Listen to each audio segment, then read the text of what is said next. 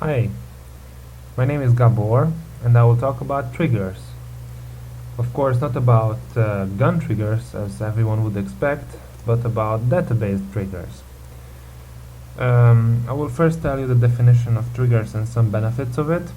I will also uh, type it on the screen so you can also follow it by reading if you cannot hear me that well.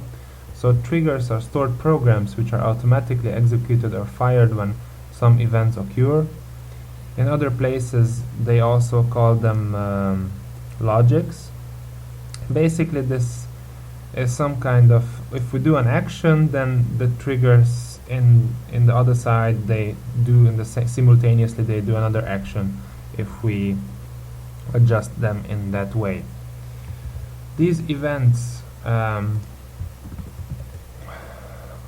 can be like the delete, insert or update, or the create, alter or drop, or the server error, log on, log off, startup or shut down. The benefits of triggers are that they can generate some derived column values automatically, enforce referential integrity, event logging and storing information on table access, auditing, synchronous replication of tables, imposing security authorizations, and preventing invalid transactions. Basically, that's the definition of triggers.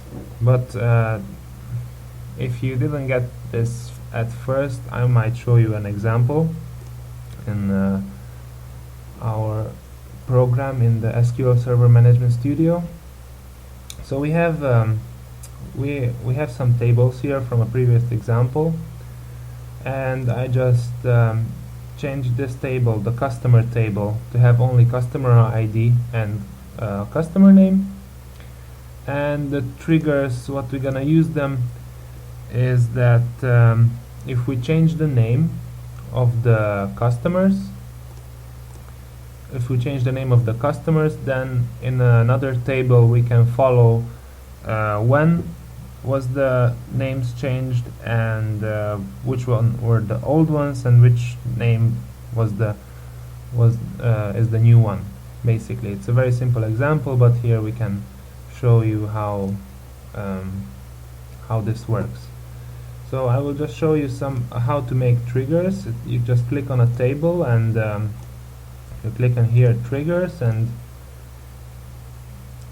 new trigger, and here's everything. We have a template, so basically we have to just fill out here what we need, and then here what actions do we want from them. Basically that's it. I created another table, system update, which is shows us that we have 3 columns only here: the latest update, the new customer, and the old customer's name.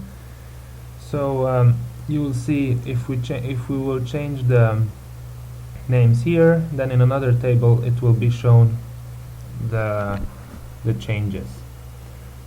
So the trigger for it, I had to go into customer, and here in triggers I had to state that this is going this alter trigger, this is this one, and on the customer table, and then which actions, the after, insert, delete, update, and then here comes the action what we asked them to do.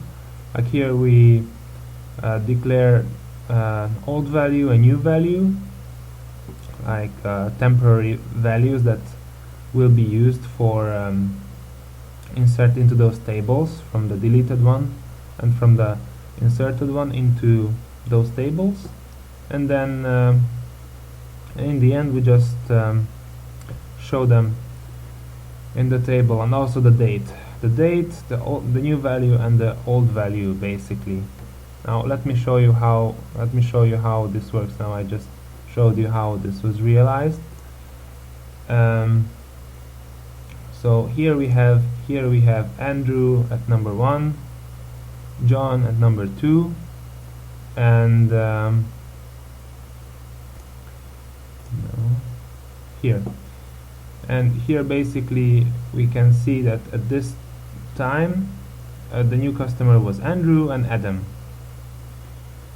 And now if I change Andrew to maybe, let's say, Steve, then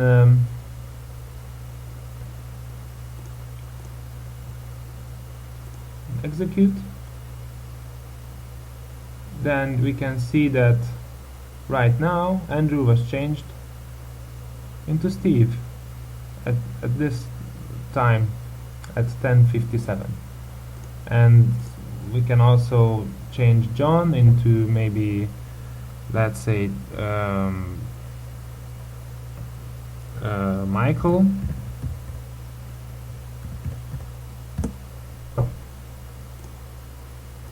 Then we have again John was the old customer and Michael is the new customer, and we have exactly the time when this change was made. So basically this is very briefly explained.